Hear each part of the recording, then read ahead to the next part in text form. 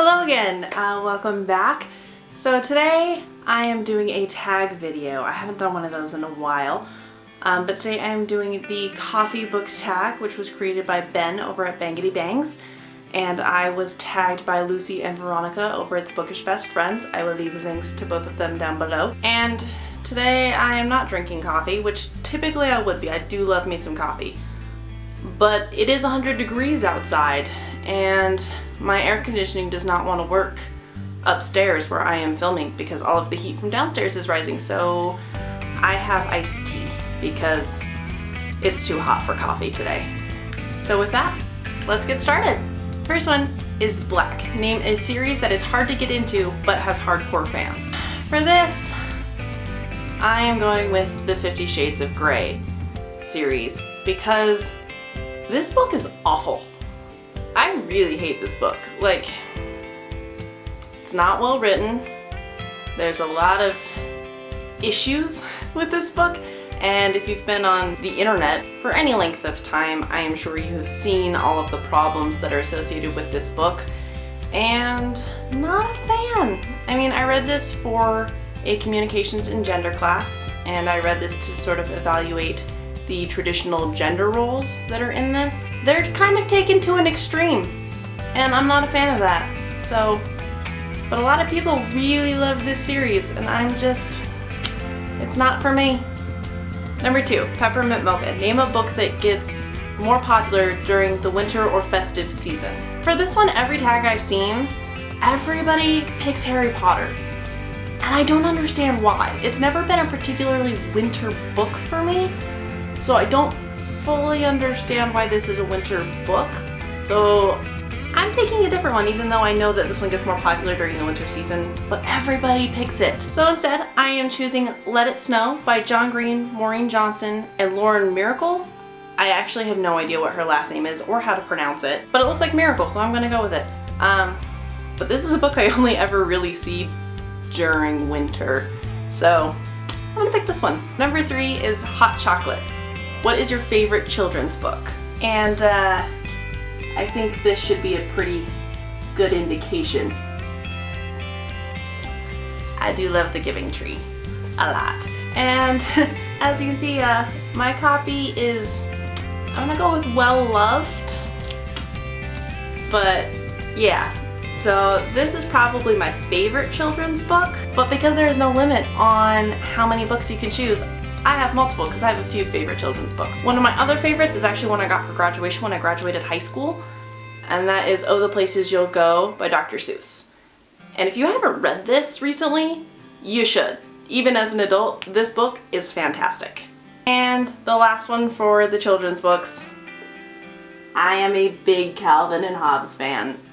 I got one of these for Christmas last year, and the other one I bought for myself because Calvin and Hobbes, who doesn't love them? Number 4 is Double Shot of Espresso. What is a book that kept you on the edge of your seat the entire time? For this one, I also have 2 answers, but bear with me because they're both fantastic books that you should totally read if you haven't already. The first one is A Darker Shade of Magic by V.E. Schwab, and this book, it is fantastic. I love it so much. And until recently, this was probably my favorite book that I've read this year, and it was very uncontested, except for by this next book. My other favorite book that I've read this year that also kept me on the edge of my seat the entire time was The Wrath and the Dawn by Renee Adia. I think that's how it's pronounced. I'm probably wrong. But this book is so good, and there's been a lot of hype about it, but it totally lives up to it. And this book I read in one sitting because I just could not stop.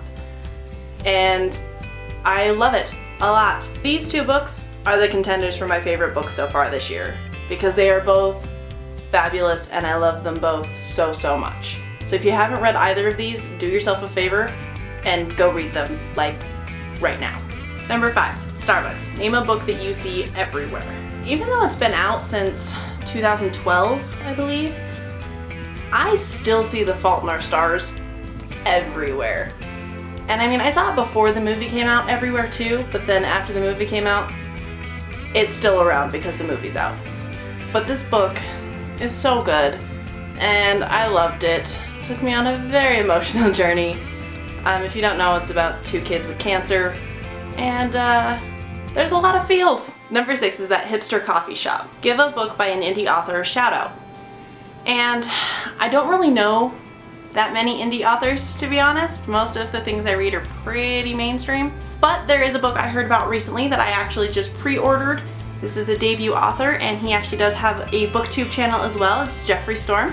I will leave links to his channel down below because it is fabulous. I just found him recently through Alexis over at Rocket Reads, and the first video I saw was his playlist book tag, and I was laughing so hard I couldn't breathe. And it also made me not want to do the playlist book tag because I can't compete with that.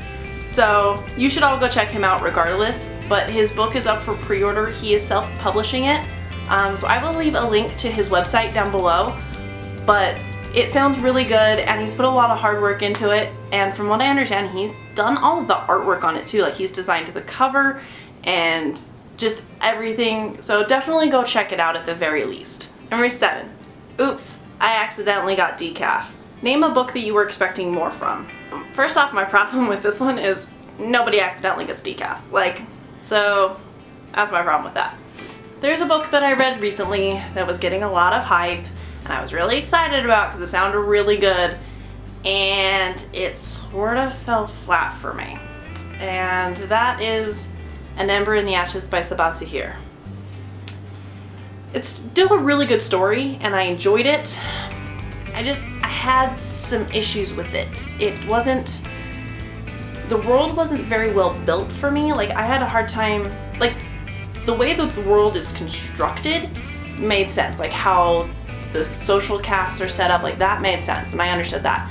But the problem I had was I had no idea of spatial relation to things. Like, when things were being described, I thought they were far apart. And then something would happen and it was like, oh yeah, they just walked there like it was no big deal. And I was like, they must be closer than I'm thinking. So, I don't know. That was a little weird for me. But also, the characters in this is supposed to be a diverse book with people of color. And I didn't really find that in this book, to be honest. One of the main characters, Leia, she is from the Scholar Nation, which from what I understand is supposed to be based on Middle Eastern societies. And from what I understand from everybody who's described in this book as being part of the Scholar Society, Leia is like the only one who is of Middle Eastern descent. Like, everyone else, there's a guy who's a redhead and one of the other girls is blonde. And it's just like, are you sure they're supposed to be Middle Eastern descent? Because I'm not so sure. Yeah, I mean, there's a couple other issues I had with this, but that's just kind of scratching the surface. Alexis over at Rocket Reads did a discussion of this book, and she had a lot of the same issues that I did, so I will link her video down below so you can go watch that if you're curious about some more of the issues that I found with this. I mean, it was still a good book and I still enjoyed the story, but I did have some issues with it. So yeah, if you're curious, I can always make a video on it, but Alexis discusses a lot of the things that I had issues with as well. Number 8, The Perfect Blend. Name a book or series that was both bitter and sweet, but ultimately satisfying. Like a lot of my other answers for this tag, I have 2. The first one is a little bit weird, but stick with me. The first one is Wuthering Heights by Emily Bronte. And I hated every character in this book. Every single one of them. There was not a redeeming quality about any of them. And as the story went on, I grew to hate them more and more.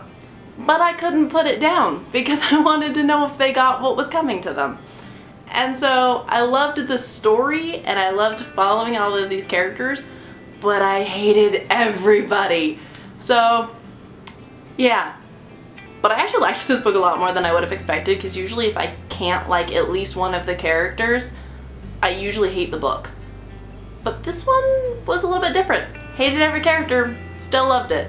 So then my second book for this answer is 13 Reasons Why by Jay Asher. And this book, it just tore me apart. I love this book.